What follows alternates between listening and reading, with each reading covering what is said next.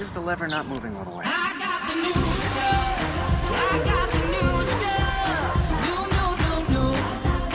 No, no, no, no. I got the new jam. I got the new jam. Yes, I do.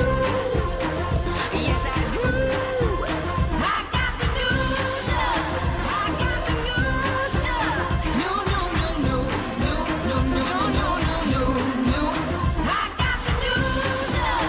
I got the new stuff. I got the new stuff. So, I mean, I feel like at the end, they literally say it, right? Google will do the Googling for you. Google's ambitions in artificial Oh, intelligence. Watch a Gemini. AI is rolling out to Um, I did share a video in the group with the most recent conference that Google did, where basically they showed a lot of these new features in more depth. It was like a 10-minute recap on YouTube. So I think, some of the things that, again, got me really excited are I can take a video of something on my phone and ask a question out loud, and the search will be able to process me asking a question through a video. Right? So the AI will be able to play the video to itself, listen to the audio, see what's going on, and then give me a response. Also working in like travel and tourism, and I think this also actually relates to like the wedding industry, is, this idea that it will become like a planner. That's actually already been happening. Google's been making that move for a long time. Like, especially in the travel and tourism world, they want to be able to help you do everything, right? Book the flights and book your hotels, and you just do it right through the search engine. That's going to go up a notch. And I think in the wedding industry, we're going to see this natural mirroring of that sort of, and maybe even actually across the event planning world, because I feel like how to do the perfect reception event, or how to plan a great birthday party for a bunch of people in your family, a place with, different types of food. Like, you're going to be able to ask it this very specific, like, problem solution approach. And that's where I see there's going to be lots of opportunities in sort of when I think of like Asheville and how many events happen here and how many people visit, we're going to come to find out that Google becomes like a huge planning tool for a lot of these people. And to me, even if Google lost like 30% of its market share, it would still be sitting at like between 60 and 70%. So it's like, I don't know, they can take a pretty big hit and still win in the long run. So I feel like they're gonna go down this road regardless, right, of the sort of competition that's going on. I think that's going to be just a very interesting kind of thing to watch. So I see in Asheville, a lot of what they're working on right away are going to have big impact here. The other impact that I think it's going to have is on e-commerce. So for anybody that is selling products online of any kind, a tiny amount or a big amount, if you're not connected into Google Shopping and you're not part of the merchant center, I think you're really going to be missing out by the time all of this goes live. Because again, it's not going to ask somebody to go search a bunch of product websites to find the perfect pair of shoes. It's going to talk to you and find the best shoes for you and do that whole process of narrowing down until you get what you want. So I think it's interesting because when I think about something like Amazon, where a lot of people go in the search bar there and they search for different things that they want and need, I think, Google is going to try to usurp some of that. I think Amazon's going to implement a lot of its own AI to usurp that back. And I think we're going to see like an interesting war again between some of the bigger tech companies, because it's going to come down to like whose AI people like better in some ways, which is why I think Google's doing so much testing. Hey, There Sarah. is Yeah, do you have a question? Yeah. So if I go back to that example that you were just using about, Asheville and, um, tourism and people who were wanting to come in and say maybe like, hey, I'm looking for a space to hold an event or, have a birthday party or whatever. How should we be leveraging that within like is it our websites where we need to add in some of that like how do we Yeah, capitalize on that on yeah. our end of it? Yeah, so that's what the whole next 30 minutes is about. I want to wrap Oh, talking okay. about some of this Sorry. stuff. But yeah, that's the whole point of this whole thing, is to give you some real action steps, kind of once you have an understanding of what's going on here. And yeah, because I think that's the most important thing. And there's some very clear things that we can do. So just sort of wrap the conversation about Google. This is a part of their Google world called Google Labs. It's where they're doing all their AI experiments. You can only access it with your own personal Gmail. So if you're using Workspace, you can't get in there yet.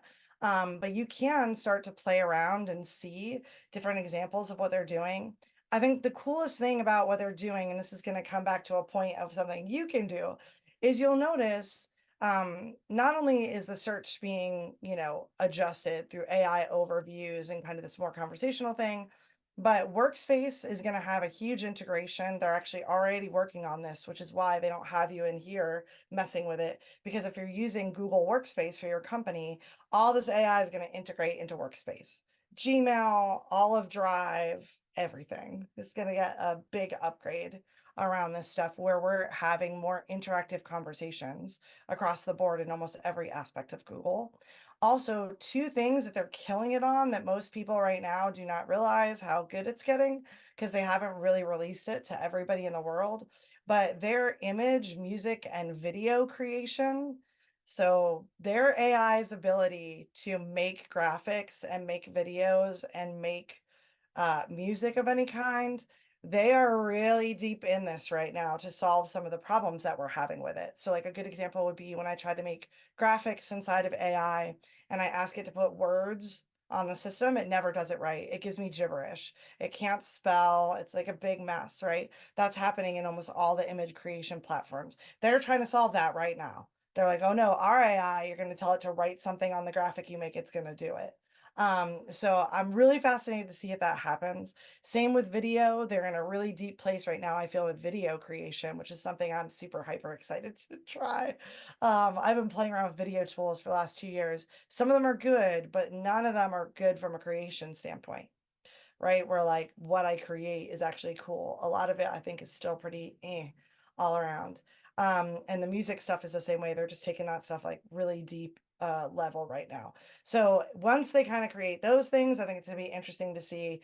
Gemini is very much like ChatGPT. You'll be able to subscribe to it for $20 a month. You can do it now.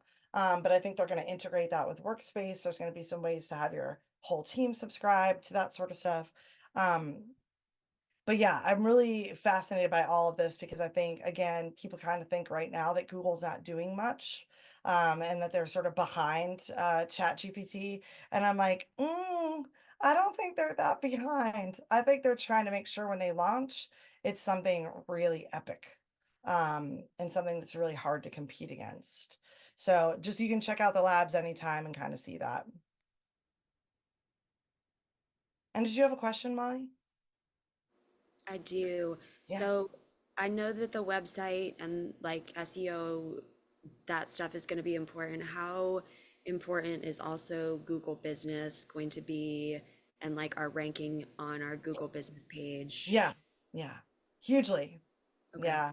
If you have an address that you're willing to give, it's like 100%, 1000% important. It's actually always been that.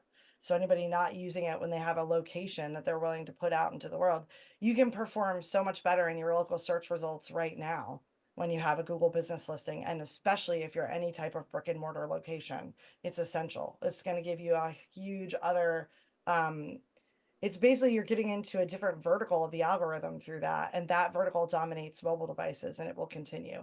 Maps has been integrating with everything else. It's going to continue to integrate. So especially if you have a physical location that you want people to show up to, that is going to be like key. If you haven't already realized, it's like super, super important already. It's going to become more important because they're going to keep integrating their tools all together with the AI. And just like the shopping results, those map results, they're going to continue to dominate.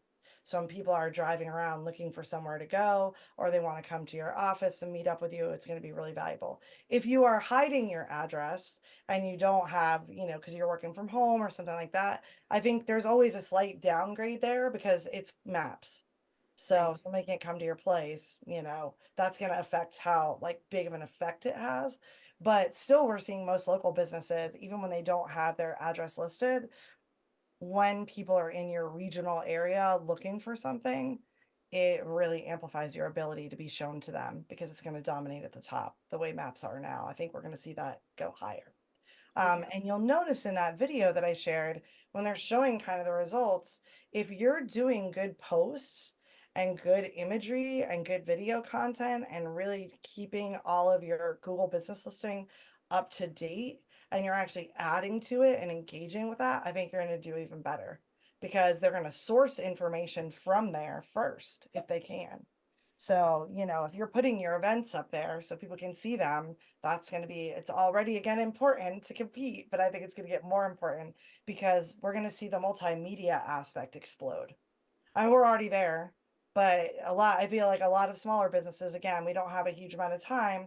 So we're like, ugh, I just want to like get up what I have and I don't have time to like be thinking about multimedia and how to do different content. And maybe I'm doing my own content on top of a million other things. And I'm like, well, I totally get that, but now's the time to stop procrastinating because that multimedia approach, like images, videos, they're going to become a hugely um, integral part of the results from what if you watch what they look like, right? So the more that I'm engaging from a multimedia perspective, the better. It's not just going to be Google Business either. That's going to work across your social media channels. So when you're really using your social media channels well, they're up to date, they're multimedia oriented. I mean, all of your social media can show up in the search engines already, especially when people search your brand name. Now that's going to be highly amplified. And I think the media that you're putting out across the web is actually going to have a better chance at showing up in the search results on its own. Right. So that's where I'm really advocating to people. If there's social media that you have out there that's old, that's not updated, that you don't take care of, I'm serious, delete it or go on there and make it clear to people you're not there.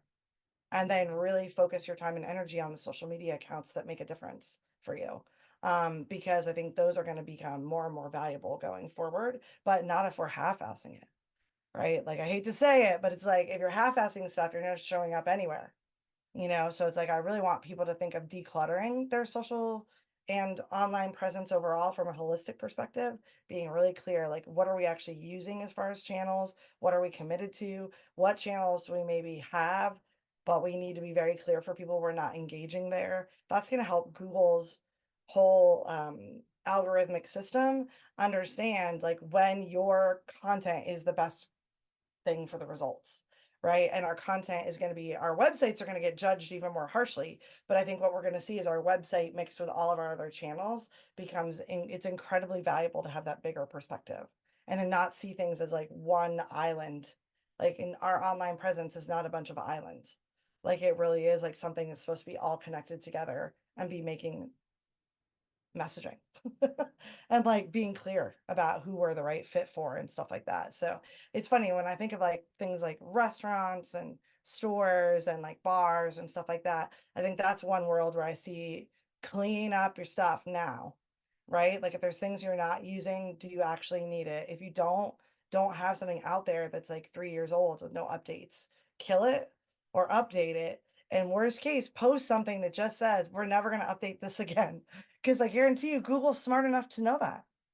It'll know that's what you said. Like, so it'll be able to contextually understand. We don't need to worry about showing up these channels, but we do want to show up these two channels, right? So it's kind of like helping it to see like what the strong parts of your whole marketing ecosystem are. So as far as like actually what's changing, there's a few things, and this relates back to, I think, the action steps that we can take. So one thing is at the top of the search engine now, there's going to be something we call position 0. Position 0 is going to be where the AI overviews or all this sort of like AI conversational being exists, right? That takes every other result, pushes it down. So hands down, what we're talking about is almost everybody's going to see a drop in organic search traffic. So the one thing you can do right away is, are you tracking your organic search traffic? Do you know what kind of impact it's having on your website as far as how many people come there on a monthly basis? And be prepared, you might lose some of it, right? So they're estimating businesses across the board, even ones that are ranking in the top 3 spots, will see somewhere between a 20 and a 60% drop, right? And that's because we're going to like lose that space at the top. People are going to scroll further. right? And so again, we've already seen this with maps and product listings and video listings and all these other verticals. As this kind of takes over and it's sort of morphing the results to meet the person's needs based on who they are, we can expect that the top is actually going to be taken up by Google, right? So if organic search traffic is a huge way that you're growing your business and you have been, I think you just want to be aware. You don't want that drop to happen and you figure it out 3 months later. You want to be on top of your tracking right now for organic search and be like watching it every month and seeing if there's changes in it, comparing it to, 3 months ago, 6 months ago, and kind of seeing like, where are we at? Are we seeing a downtrend? Or are we not? Now, it doesn't mean that everything is going to be negative. There's going to be a whole bunch of new opportunities that come up to meet that, but I think people want to be prepared for that. The other thing is zero click. So a lot of people maybe have heard of that. Google, there's always been this argument from the SEO perspective. Google doesn't want anybody to click to your website. Google just wants people in Google using Google, and that they've been moving in that direction for a solid over a decade, I feel, since around 2009, 2010, as like the vertical search areas of the system started integrating more into the main search page. It's like, okay, Google really wants to just answer your question, like the knowledge graph, right? Google really wants to just have you book your flight right here, not go to Priceline, right? So like, it's been slowly dominating. We feel like that's going to go up immediately. So again, organic search to every website potentially is impacted by that, right? If more people can just engage with Google and not have to go to a website to figure stuff out, then why wouldn't they just do that? Especially as it gets better and better and delivers better results. Also, I think the competition, there's a big conversation about, is competition going to get like easier or harder? I think we're moving further and further away from, we haven't had a number one on Google in a long time because number one is different depending on who you are and what you're looking at. I think, that's going to become more convoluted, right? Like there's no top necessarily. It's like you're aiming to be in the top spot for the right people. And I think that kind of leads us back to, we really have to understand our audiences and why they come to our website and what they do there. What is the purpose of our site, right? Because that's going to directly be linked to user intent. So when somebody asks Google a question, is your website really the website that answers the question or gives them what they need to answer the question, right? So I think competition is going to like really shift because we're really now competing for getting in front of the right people, not necessarily number one or number five, but like being number one and number five to the right audience. So that like to me means that like we're more clearly going to be competing against people going after our same audiences. And those people may or may not even be in our industry, right? Like sometimes it'll be direct and it might be a DJ competing against another DJ for somebody looking for a DJ, right? But if I'm looking for things to do in Asheville or places to eat, now it's getting real muddy because we might not actually really be competing against somebody that's a direct competitor to us, but somebody who can still answer that question, like things to do or places to go. Like there could be some interesting impact there, I think, especially again in a city like ours, because there's so many options for people. And sometimes like we don't think we're direct competitors with somebody, but from an audience perspective, we really are trying to get in front of the same people. So I think like the nature of how you evaluate competition is very different. And that especially relates to keywords. So, in 20 years, I am a very deep keyword expert. I've studied a lot of keyword things and I've been doing research for over 20 years. I think how we relate competition to keywords, there's going to be like a really interesting evolution there because the way that people talk to Google is going to become so much more conversational, so much more specific because it's not going to be one search query. It's going to be one search query that led to 4 or 5 other refinements of that query. So if somebody asks 5 questions to get Google to give them the right answer, how do I optimize for that? Right? Like it's not a topic area, it's not a phrase, it's like a series of phrases that are all related. So I just think like the way we do content is really going to shift. And I'm going to touch on that again in just a second. But again, it's like really thinking about like I want to sort of relate Google to like customer service, right? Sometimes you're dealing with like a blank chat bot and you can ask certain questions, but some questions it doesn't understand. And it'll be like, I don't understand this. Let me get a real person, right? That's what we've kind of lived with before. I think, now we're in this situation where as this stuff advances, the things that we're engaging with as far as customer service and chatbots and search engines and whatever, even the search bar on Meta, which is now pretty much AI, right? All those things, they are more likely to answer you anyway, and then you realize they're hallucinating, right? Than for them to be like, I can't answer this question. So when I'm engaging with AI and testing, a lot of times it gives me an answer, and I have to be like, that's not right. That's an incorrect answer. Sometimes I tell it, you need to go tell the people at Google that you can't answer the most basic question about something they built. And the AI will be like, you're right, I'll tell them. Right. So we're like really reframing. Like the technology is not going to be like, oops, I don't understand. Let me get a real person. The AI is literally going to be like, I'm not sure what the answer is. So I'm going to make this crap up and give it to you. So that like reframe, I think, is really important when it comes to like content marketing and really thinking about your website in particular and how you're building out the content of your website, how you're updating it, and what information you're actually presenting there. Does it serve a purpose for people? Right. And if so, what is that purpose? It can be utilitarian, it can be entertainment, it can be just to enhance the brand and build relationships, but really your website's going to have a reason for existing. It's going to have to be, I think, updated, kept accurate, and really present itself as like a super useful resource in a lot of ways, rather than kind of making something, just leaving it up there. It's like we're going to want to revisit more. We're going to want to add more to it. But I think also outside of our websites, everything that we're saying on our other channels has always needed to be consistent with our websites, so that we're looking at that holistic perspective where everything is like serving a purpose. But we're about to like take that up another notch, where I think the judgment about whether or not we're doing that is going to be harsher.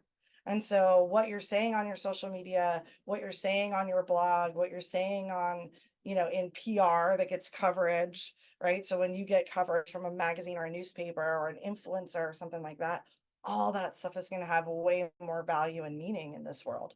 Because if the search engine is interacting with the person more personally, it might pull from a bunch of different parts of your content channels, right? Not just one, to answer a question. So if you're being more cohesive about what you talk about on all your channels and what's on your website, if it's all more interconnected and stronger, that's going to just give you more opportunities to show up. So we might see traditional organic search go down, but I think over time, the result that we'll see from that is like, well, maybe some website traffic went down, but man, my like Facebook posts are popping in these results because we're very strategic about what we're talking about there. We're really on Facebook with a purpose for how to help people. That purpose is reflected on our website. It's reflected in our Instagram. It's reflected in our email newsletters that are posted that people can see publicly, right? And the more that I'm like super cohesive about it, the more Google trusts me, the more likely we are to have any number of these channels pop up in a search result, right? Inside of the AI. So that's where, like, right now, I've seen some studies that show when you're testing out SGE, 40% of the results are content that have never shown there before, right? So that's like almost half of what shows up right at the top in the AI conversation is stuff that never showed up at the top of Google before. So that's where I see these opportunities, but it's about having that holistic view where all the different things you're doing are interconnected. So a good example of how to apply this would be, I've been suggesting for over 10 years to people that when you're thinking about content, that you start first by doing basic keyword research to understand what people even look for. Don't guess, go find out what they're typing in. Google gives it away for free. There's a bunch of places you can look for free and go learn about it. Find out what the language of your audiences are, right? What are the different ways that they search for things? How are they asking questions? What is it that we can learn from that? And then really look at how over the course of a year, each month, we have sort of like a theme around how we're helping people choose us. How are we helping them say yes to our products and services instead of somebody else's, right? And so we're really like not just going to say like each month I feature a product.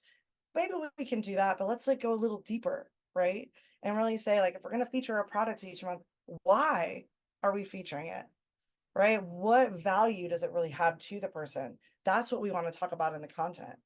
And I might write a great piece for my website or write a great piece for my blog. And then I want to take that and I want to utilize that to become my other shorter content. I might write a great email newsletter. I want to take that, I want to use that to create additional stuff. So we want to take like sort of really important questions, topic areas, things that we know people want to know about what we do. And we don't just want to say it once, we want to say it for a whole month and drill down into that topic, right? That's what we call content pillars in SEO, is really looking at like, what are these areas where we really serve people with our content?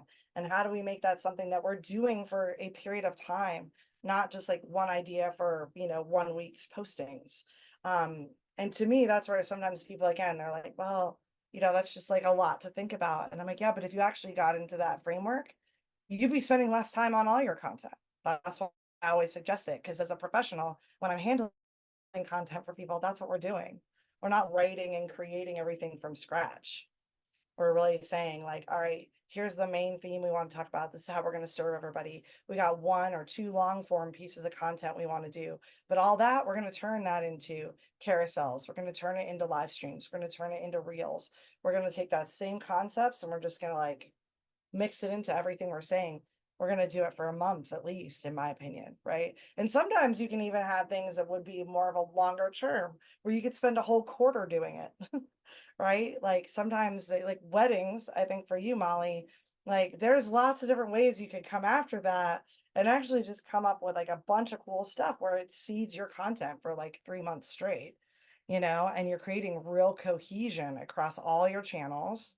And you're really thinking about, why would I talk about this for 3 months? Because it helps people do A, B, C, D, E, right? Because at the end of the day, nobody cares what we're doing. Everybody cares what they're doing. Like everybody's on Google looking for stuff to help themselves. They don't really care what we're doing as brands, but if we show up and like really serve a purpose and help them, that's how we win. And I think that's gonna like continue. Um, so this kind of goes to relevancy in content. And again, this is more of an applicable piece, but in SEO, we always talk about how relevancy is the most important thing. Is what you have to offer on the internet relevant to what this person is searching for?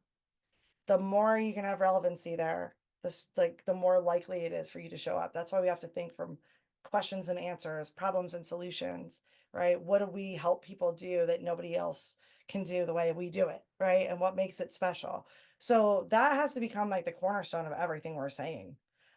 It's not that we can't talk about our products and services, but we really need to be like literally writing from the perspective of why it matters and like why the people out here like give a crap, right? Like we can't just be like, this is what it is, and this is how much it costs.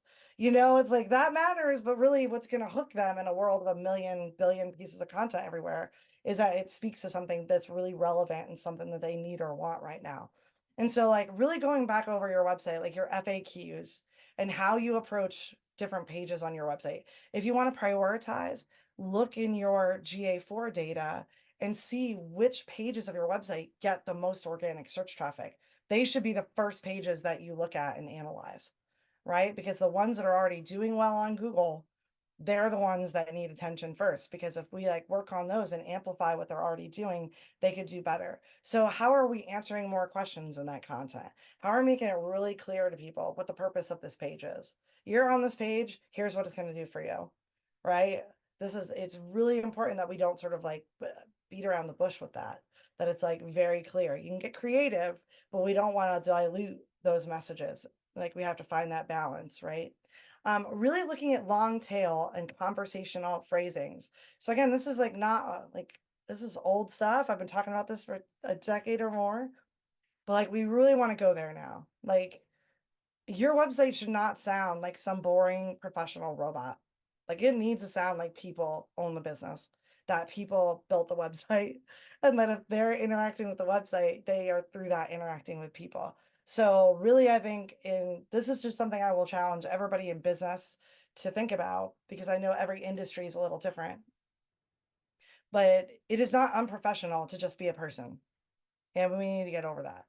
Truly, like in the way that we write. I've been doing marketing writing for 25 years. It's, and you can really either embrace that connective kind of piece of it, or you can really just make people feel like you're cold and you're just like, you're not really a human being. And I just think in the way the internet is now, we have to stop doing that. So like really going back over your content and being like, is this something that everybody can understand? Right? We have a lot of things in marketing now where we talk about writing at a 7th grade level. So that's like, so anybody, regardless of their skill level, can understand what you're saying. There's obviously more complex things that you have to talk about in certain industries that can get harder. And we know the audience for that is going to be a certain type of audience. So that's not what I'm talking about. But when we're trying to just talk to the public about what we do, especially in our homepage, on pages again that are already showing up high in Google, like we want to give them a way to really connect in and then dig deeper into something. So I kind of thinking of that architecture of your website too, right? Like how do the main pages kind of feature broader things, but you have these opportunities to drill down into more specific things, specific issues, problems, questions, things like that. Um, Multimedia, I already mentioned, but again, if you're doing YouTube, if you're doing other types of videos, like can they be embedded on your website? Google can index them and is getting better and better at indexing the videos on your site, right? So it's like that kind of stuff is going to be really valuable. Like, don't just have videos over here. You're not really, again, holistically thinking about it. And then when you're going to say things, just realize that in a world where everybody can say everything, we're going to even move more clearly with AI into a world where anytime you can back up your opinions, back up what you're saying with somebody else's opinions, with data of some kind, you know, with something like with sourcing, like linking to something where you learned something, do that. Like, do that. It's really going to elevate you above people that are not putting in that effort, right? Um, are any of you all doing Google Ads? I have in the past, Yeah. especially for like when we do, big release events, anniversary celebration, that kind of stuff. Yeah. I haven't been doing it, but I've been thinking about doing it just for regular kind of ongoing promotion. Yeah. But for now, I've only ever used it for like one-time events. Yeah, sure. So yeah, so I think just to realize going forward when you're engaging with Google Ads, it's changing at a rapid pace right now. Yep. Whatever you've been doing with, let's say, you know, search ads, which are just sort of the written text ads, or maybe with YouTube ads in the past, um, like all that is just in a big shift. If you haven't tried their Performance Max advertising campaigns, Performance Max inside of Google Ads now is their AI driven system. And I'm not kidding you. You create a campaign, you actually put your website link in for your landing page. It goes to the landing page and it harvests every graphic, every photo, any videos, a bunch of text, and it just builds out all the ads, right? And then you can refine everything. And you can even upload additional photos or graphics or videos and things like that. It's not really keyword focused, like you're not necessarily choosing keywords in the same exact way because it's going to pull from the website kind of automatically. And then what it's going to do even is the AI right now, I was in there testing, it'll make a video for you out of your own images, right? If you don't have a video. That's And cool. so what it does is then take whatever it creates and it disseminates it across the entire Google advertising platform at once, instead of being just in the search ads or just in the YouTube video ads or just in display ads. Now you've got a whole bunch of stuff. It pulled it right off your website.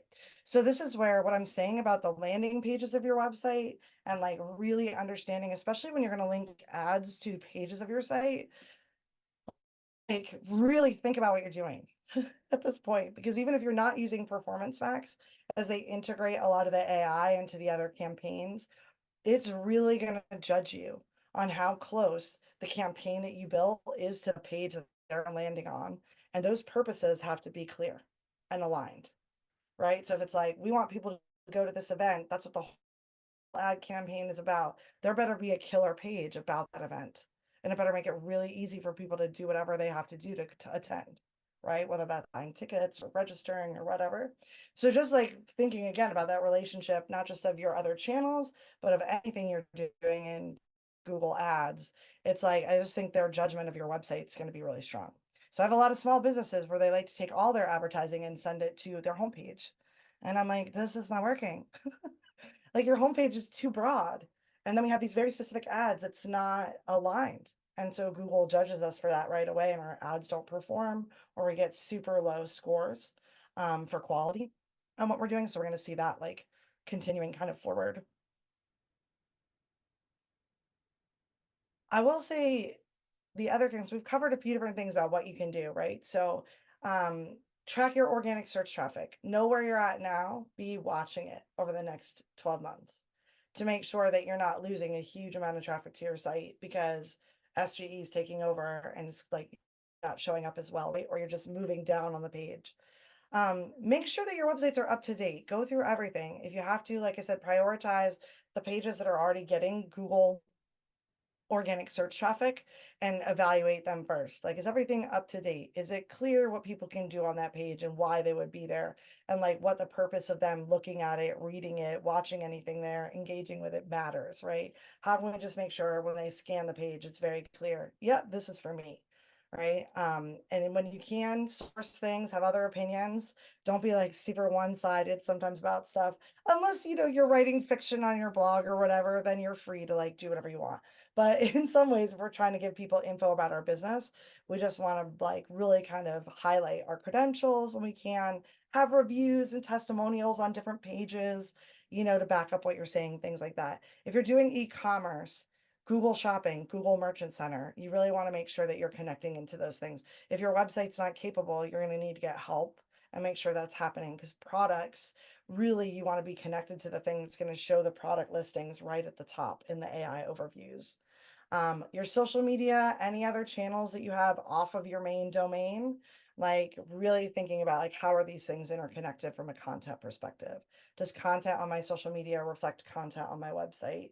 Does it reflect content in my emails? Does it reflect content that we're doing ad campaigns for, right? Can we see that these things are all connected?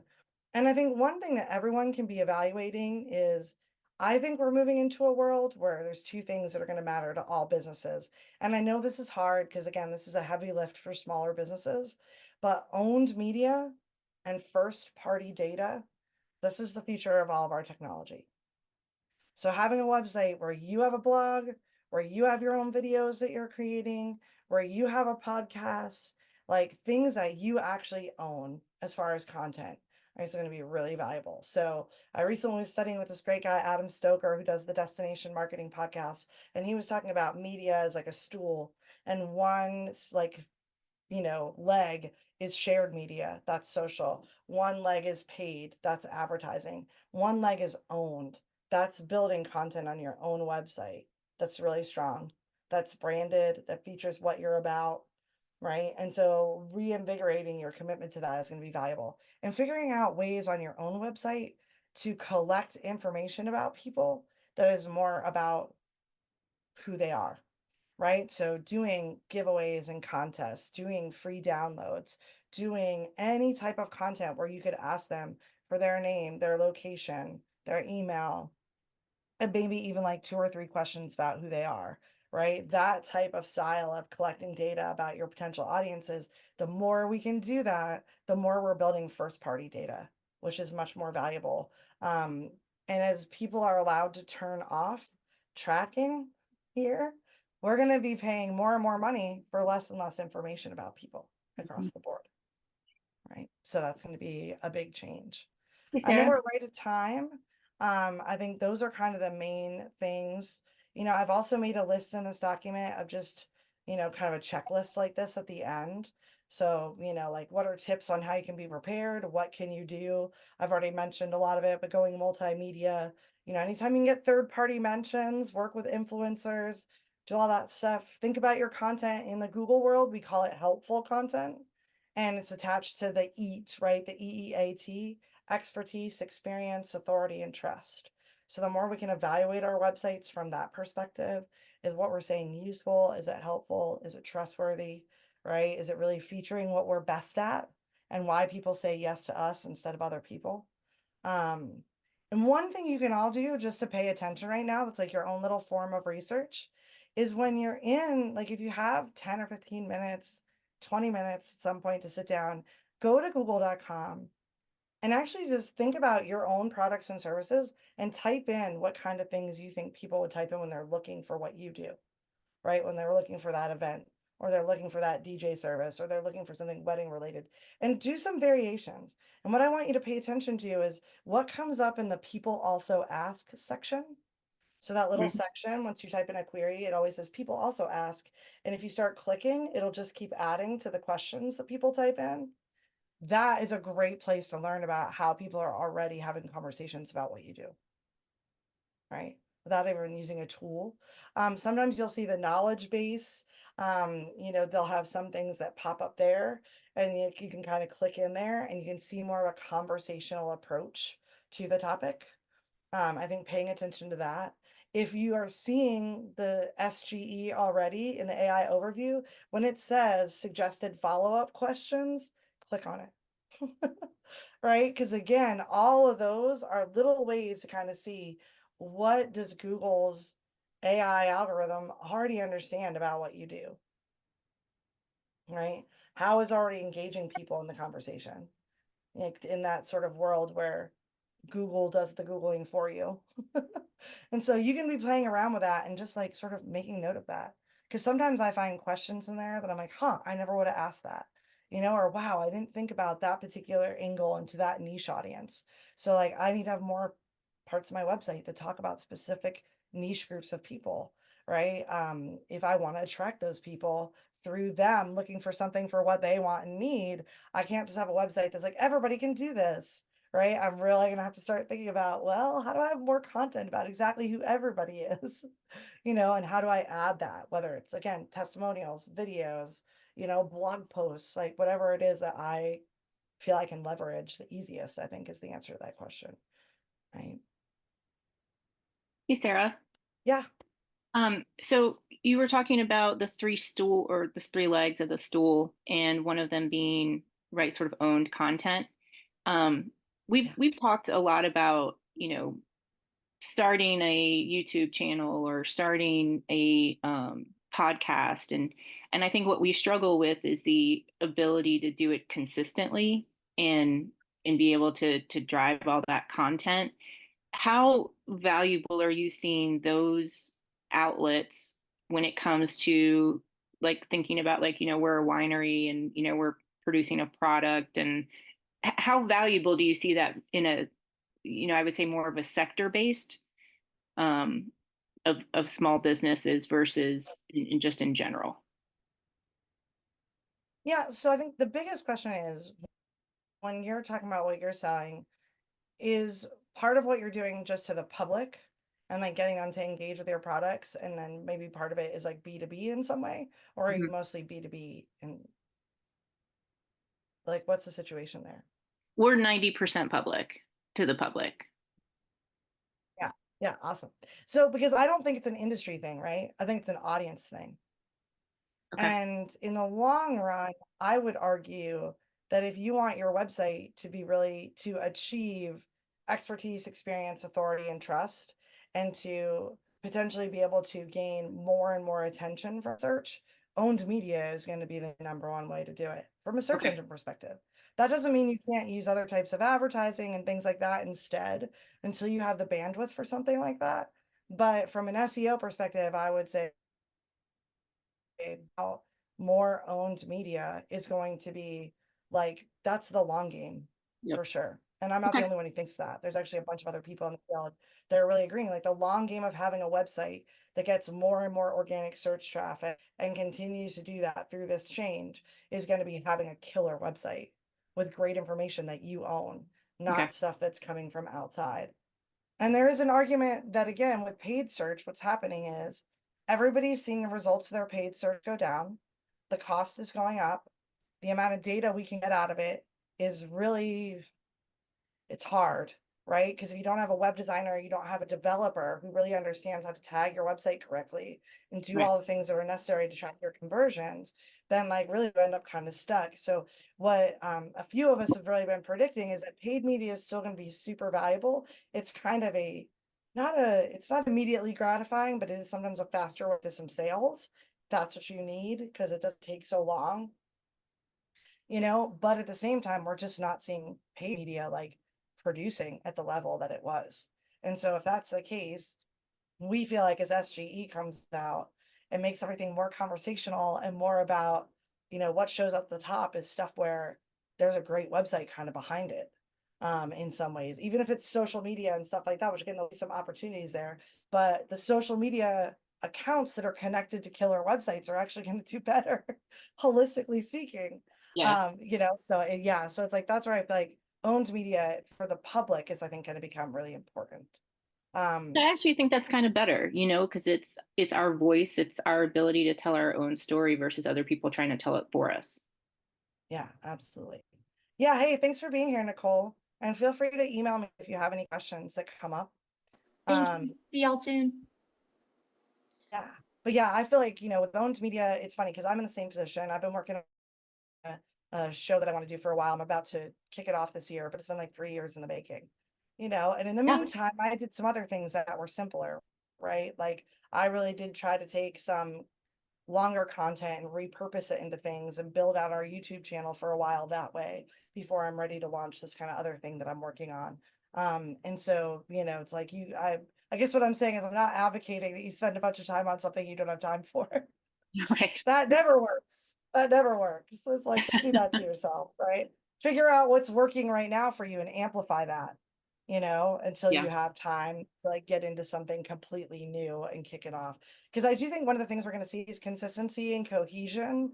These are basic principles of marketing. They've always been super important. They're getting more important now than ever. So that's where I'm like, don't half-ass things, Yeah. because like having a bunch of clutter out there that's kind of half-assed, I think Google's going to judge us for that if we're not careful. Okay. So you're almost better to like wait until you're ready. Yeah, and then I will just throw out, I did put in here in case anybody has a web developer or designer they work with, schema markup. If you've never done schema markup, there is some argument that it's going to be even more valuable. That's coding that you put in to kind of identify what your company or organization or website is about, but it's especially important. There's a local business markup. There's an organization markup for like nonprofits, and there's a product markup for e-commerce. And I think, it's going to be valuable to think about how you can execute that on a website, just to give yourself an edge. But it does usually require, there's a great link in there to learn more about what I'm talking about. But I think a lot of times it does require having somebody come in that's a little more knowledgeable just about coding because it's a lot to learn on your own. Thank you so much for doing this. I'm about to hit you up in 2 minutes to schedule like a website audit. Because I'm like, oh God, I'm in so much trouble. Yeah, I will tell you both too, Google Search Console. Make sure you have that set up on your website. I think it's going to be super helpful. I do. Um, because Google Search Console is really giving you like, what does Google see about your site? So all the keywords it's recognizing you for, where are you getting clicks? What topics are you getting clicks for? Like, are there errors on your site? Can it not see things on your site? Like as an SEO professional, that's one of the go-to tools I use, even though it's free, because it's literally Google telling me what it sees on the site.